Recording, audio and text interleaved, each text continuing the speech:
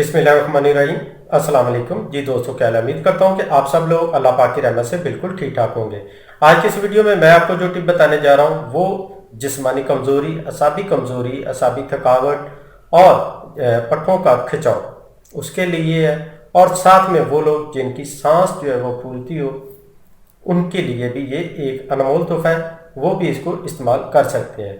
तो इंशाल्लाह चंद दिन के इस्तेमाल से ये आपके जितने भी मसाइल हैं ये हमेशा के लिए ख़त्म हो जाएंगे।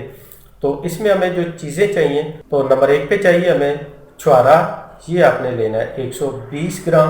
और नंबर 2 पे चाहिए अखरोट की गिरी, ये भी आपने लेनी है 120 ग्राम। और नंबर 3 पे चाहिए हमें खोपरा नारियल, ये भी आपने लेना है 120 ग्राम। और नंबर 4 पे चाहिए हमें छोटी इलायची, ये आपने लेनी है 10 ग्राम। और आखिर में हमें चाहिए मिश्री, ये आपने लेनी है 100 ग्राम। अब इन तमाम चीज़ों को आपने पीस लेना है और पीस के जो है इसको महफूज कर लें। तो इस्तेमाल का तरीका ये है कि आप इसका रोज़ाना 1 चम्मच सुबह के टाइम नाश्ते के 1 घंटे बाद दूध पत्ती के साथ इस्तेमाल करें। तो इंशाल्लाह चंद दिन के इस्तेमाल से आपका जो मसला है पट्ठों का खिंचाव, असाबी कमज़ोरी, थकावट, सांस का फूलना, ये हमेशा के लिए ख़त्म हो जाएगा।